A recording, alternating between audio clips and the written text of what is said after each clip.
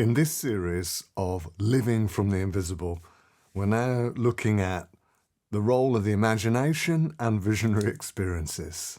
When we talk about visionary experience, I like to understand it as accessing a higher reality through a different state of consciousness. It's an altered state of consciousness that humanity is capable of, and you carry with you throughout your day. You learn to live with vision going on with you that you can access at any time, while at the same time living on earth. We're made for this.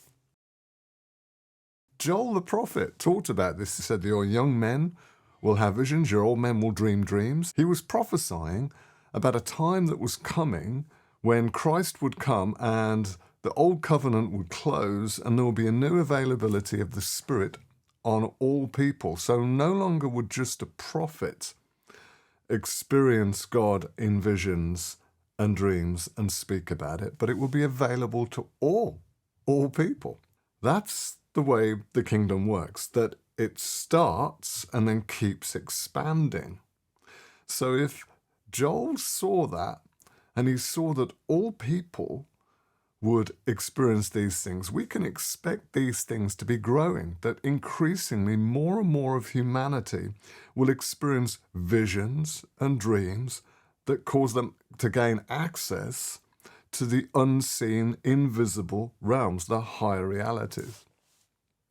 That means you and me can grow in our experience of this. And it's essential. If we're going to live from the invisible, from unseen realities, higher realities than what is visible with our eyes and our natural senses, we have the privilege to grow and learn to live from visionary experiences. One of the things that can cause confusion for us and we have to get clear and revelation on is location, physical location and heavenly location. People often ask me, when you say you go to Eden, Paul, where is that? And that's kind of a misunderstanding, because it's not where is it, it's how do you access it. It's more like there are layers of reality, and it depends on which layer that you're looking at as to which you can access.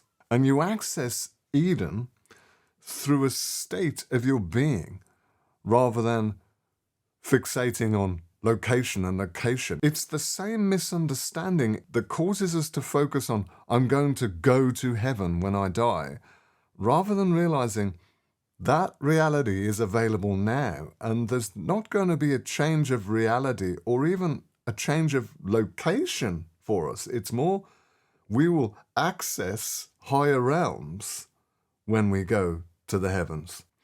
So we can get three-dimensionally fixed on location, and even with time as well. We can get fixed on that, and we can more easily grasp that at first because that's what we're used to. We're going to have to learn to move in totally different layers of reality, and it is possible for us. So I would suggest Joel is prophesying that will become normative for people to operate from a visionary state. We're going to learn to know where to look in reality.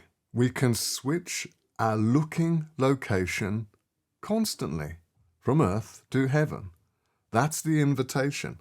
We can go from beginning to experience these things to occasionally experiencing them to them becoming more regular till they become wrapped up in our being. So right now, even as I'm speaking, I'm accessing higher realms of reality as well as talking to you. I'm in those places at the same time.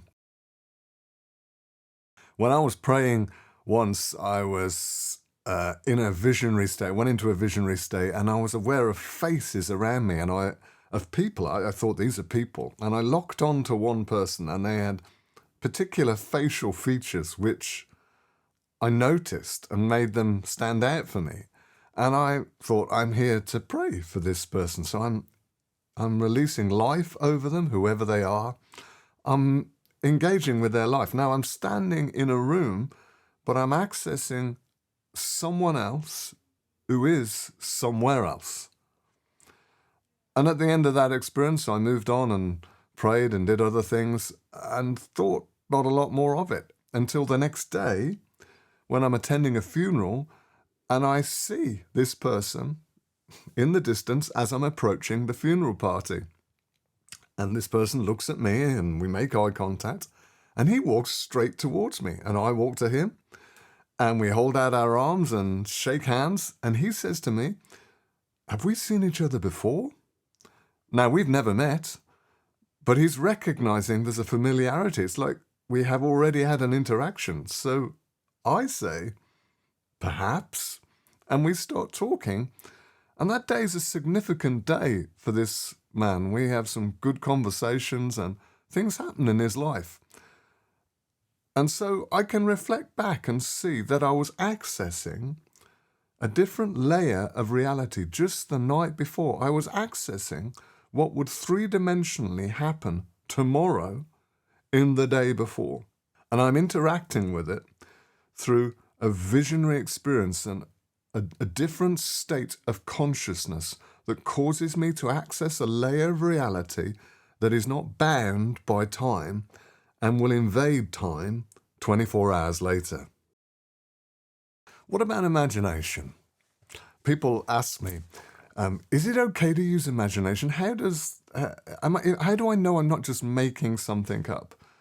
An imagination is a vital part of our being. You can't see anything without imagination. You need your mind to work visually to capture reality around you. And if we understand that level of imagination, we'll realize it's a vital part of seeing, just like we use our mind to create sentences and words, and we think in terms of words. We also think in terms of pictures, and that's happening with something that we're tending to call our imagination. Take, for instance, God's interaction with Abraham. Before he's called Abraham, when he's only Abram, he has a visionary experience, it says in Genesis, of God, and is interacting with God. And God tells him to go outside, and he goes outside, and it's night, and he looks up at the stars, and he sees all the stars, and God says, "Look at all these stars, many of them. So will be the number of your descendants, your offspring." Now, this is a miracle for Abraham that it would happen because he can't have children.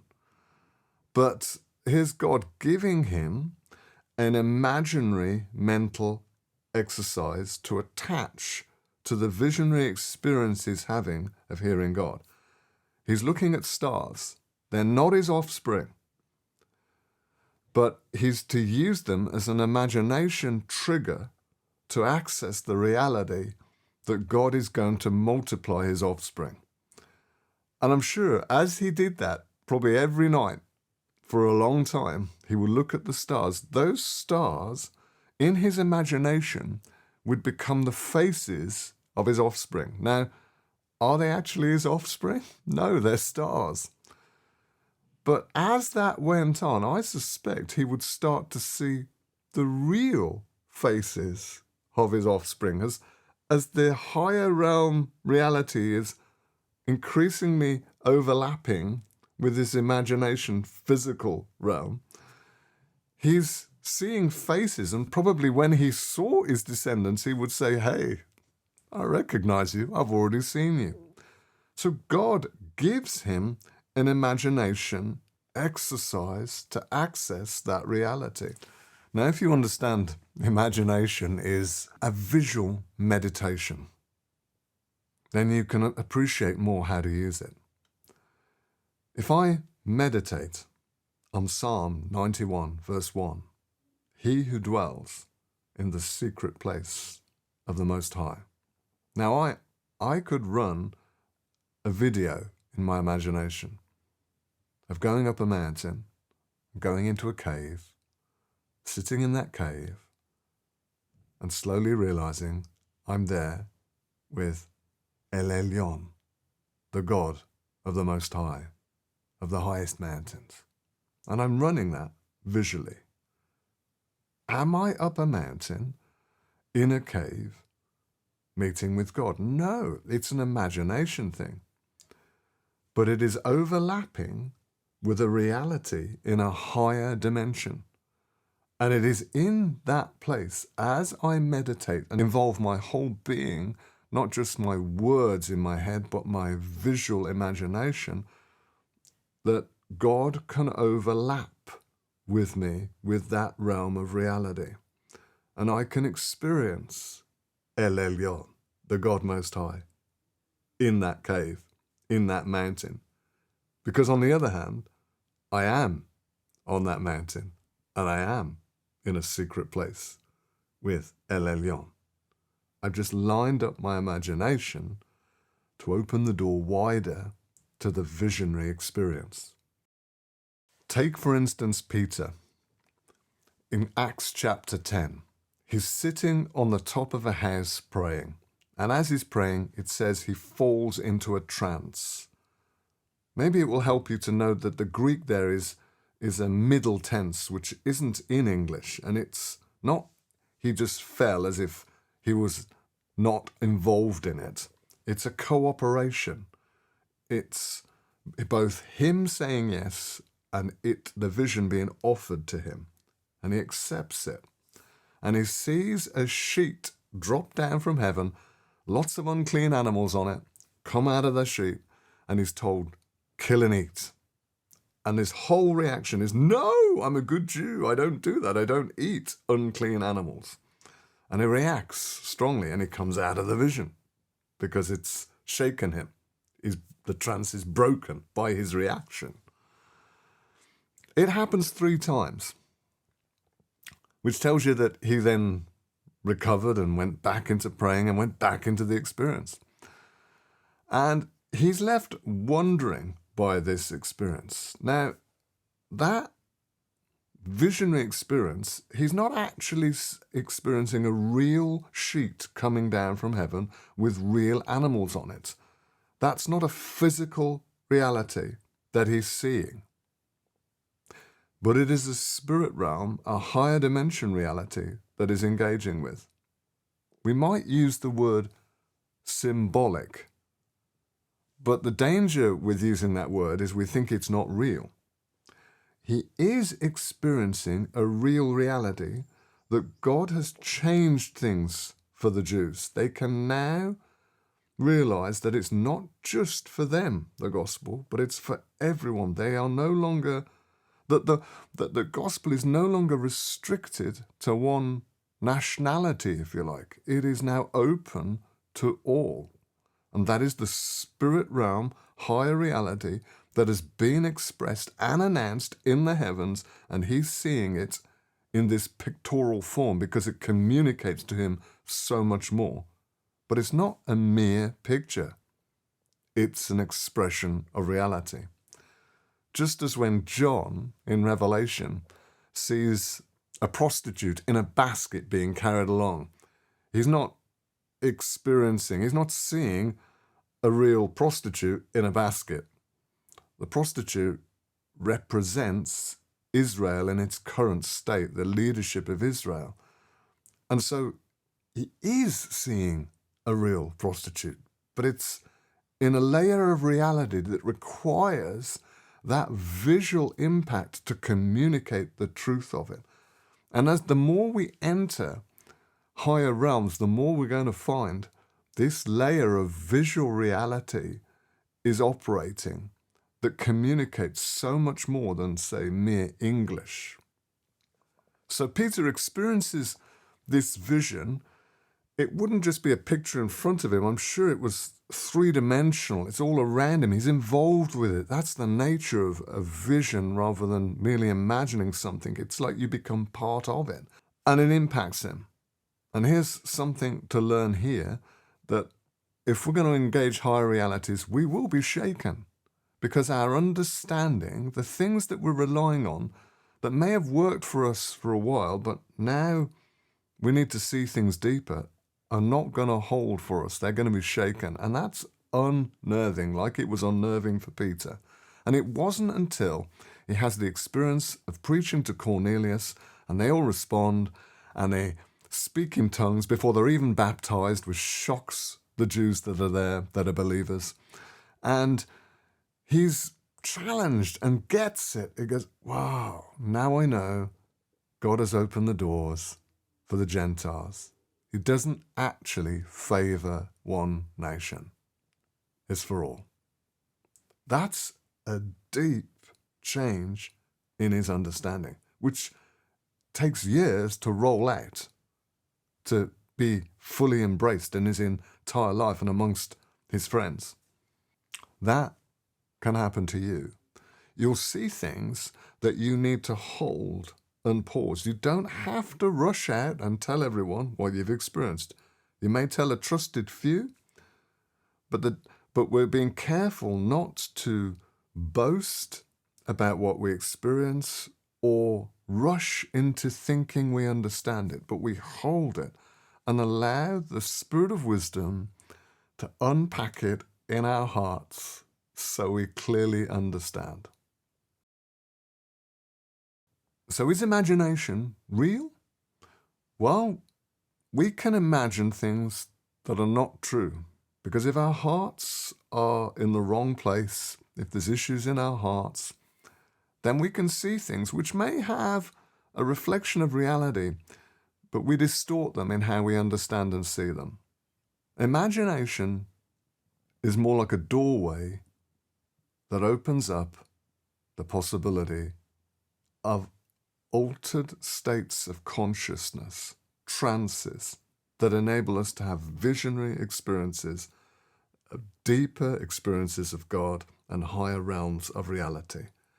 And we have to learn to manage those states within ourselves by cooperating with the Holy Spirit and all the other beings that we will meet in the invisible realm that are working towards the revelation of God becoming clearer and clearer. So again, if I imagine visually going to heaven, am I going to heaven? Well, no, but I'm opening the door to begin to learn to access the ways to go in which then I can cooperate with the altered state of consciousness offered to me to engage with real things. I'm practicing, I'm opening the door, I'm visually meditating and saying yes to God. Without that visual meditation, and therefore my heart saying yes, I'm less likely to enter visionary experiences. So how can I learn so that these things become normal for me and I'm growing in them? Well, we have to learn to focus, imagine, position ourselves, use visual meditation on Scripture so that you have focus and so your inner being has content to begin to work with. And in that state, in that meditative imagination, you're prepared and exploring and ready for the uplift, the rush, the inner movement that takes over if we allow it. If we deal with the control that causes you to grip onto what you know and your body and your senses, you stay glued to your natural senses. If we're prepared to let that go and catch the thermal uplift that comes from the Spirit, where the Spirit is saying, hey, come up here. And I go, yes, like John did. And I'm see something. I'm drawn to another layer of reality. It goes from being a picture in my mind to a panoramic, three-dimensional engagement with color perhaps, with voiceover perhaps, but a greater grasp of reality. And that may only last for me for 1 second, which is a long time if it's the first time or the first few times where you experience, whoa, what is that? And you're in it. And then you quickly come out of it because your body tightens up, your soul tightens up. It goes, no, what are you doing? But I was in it. And I learned to stretch that state and stay there as long as possible. Keep returning using the same visual meditative practice. Go back and allow that expansion to happen and see more. And if I can stay for 2-3 seconds, I might even start to have engagement, like where I ask questions, where I hear answers, where I take things, where I look more closely at some things. And I learn to be relaxed in that state. I learn to understand my body and my heart and how tense they are about going to these places and relaxing them so that it becomes peaceful for me to be there. I open up the door within myself to knowing and living in these experiences. Catch your own fears and reactions and even your relation to being caught up and the pride that can bring, till you come more and more to a state of shalom, and you're able to look, and you're not feeling like you have to understand everything, because we all look through a glass dimly, as Paul says, and that focus is getting clearer and clearer for us, for all of us, as we press more and more till we get clarity. So remember, we're trying to encounter God and the heavens. We're not focused on the visionary experience. We're learning to use that mechanism to engage God. It's like if you want to go and visit and enjoy a city, you have to get there. You have to walk there. And we're not focused on the walking, though that's an essential skill. I'm focused on visiting the city. But when I'm beginning, I will be very conscious of learning to walk in these places. But I'm trying to get to the point, I'm learning to get to the point of rest where I no longer am thinking about the walking. I just go. Just like when you're driving and you suddenly are at a place you were going to and you can't remember how you got there. We're learning to have the visionary experience, the altered state of perception, become normal to us. So we're almost not even aware that it's happening. It's just constantly operating in the background or in the foreground for us all the time. Because this is what you were made for. This accessing invisible layers of reality is what you were made for. It's where you can explore the deep nature of God, not just simple phrases and theology, but the deep aspects of God's being, his nature, the intricacies of him, the things that people often don't search out, the mysteries that are yet to be revealed of who he is.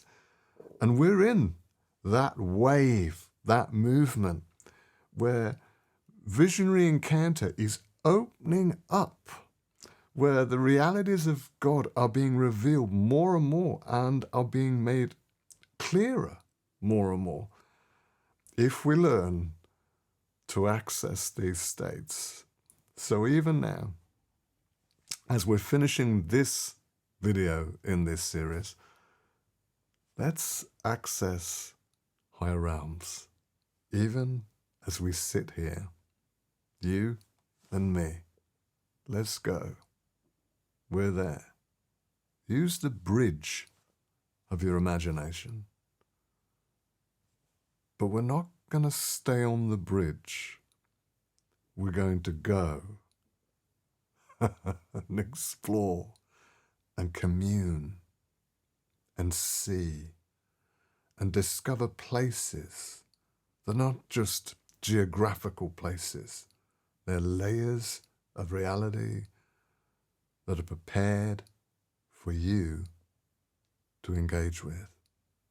that you might see what we would call his glory, his ways, his purposes. We would be expanded to the greater layers of invisible reality that we're immersed in.